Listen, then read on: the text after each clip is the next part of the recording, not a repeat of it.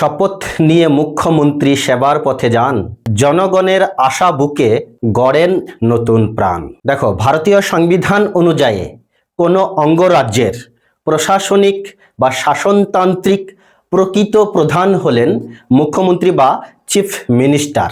এই মুখ্যমন্ত্রী নিয়োগের সম্পূর্ণ বিষয়টি নির্ভর করে কোনো রাজ্যের বিধানসভা নির্বাচন এবং তার ফলাফলের উপর ভিত্তি করে। তবে বিধানসভা নির্বাচনের পর যে রাজনৈতিক দল সংখ্যাগরিষ্ঠতা অর্জন করে বা রাজ্যের বিধানসভার যে ম্যাজিক ফিগার, সেই ম্যাজিক ফিগার যে রাজনৈতিক দল অর্জন করে, সেই দলের বিধায়ক বা এমএলএরা নিজেদের মধ্যে আলাপ আলোচনার মধ্য দিয়ে একজনকে নেতা বা নেত্রী নির্বাচন করে।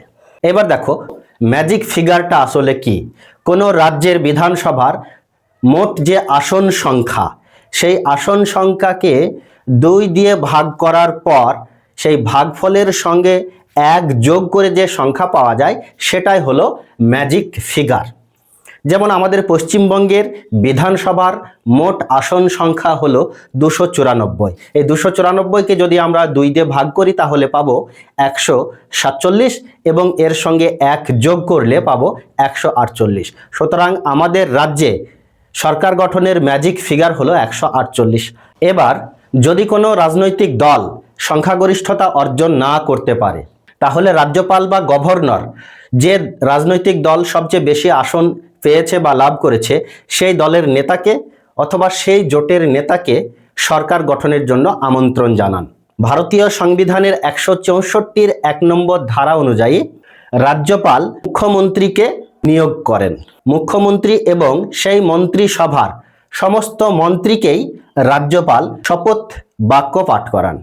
তবে মনে রাখতে হবে, মুখ্যমন্ত্রী 2টি বিষয়ে শপথ গ্রহণ করেন।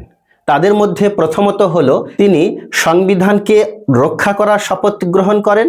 দ্বিতীয়ত তিনি সৎ এবং নিরপেক্ষভাবে শাসন কার্য পরিচালনা করার শপথ গ্রহণ করেন। তবে মনে রাখতে হবে, বিধানসভার সদস্য নয় এমন কোনো ব্যক্তিও রাজ্যের মুখ্যমন্ত্রী হিসেবে নিযুক্ত হতে পারেন।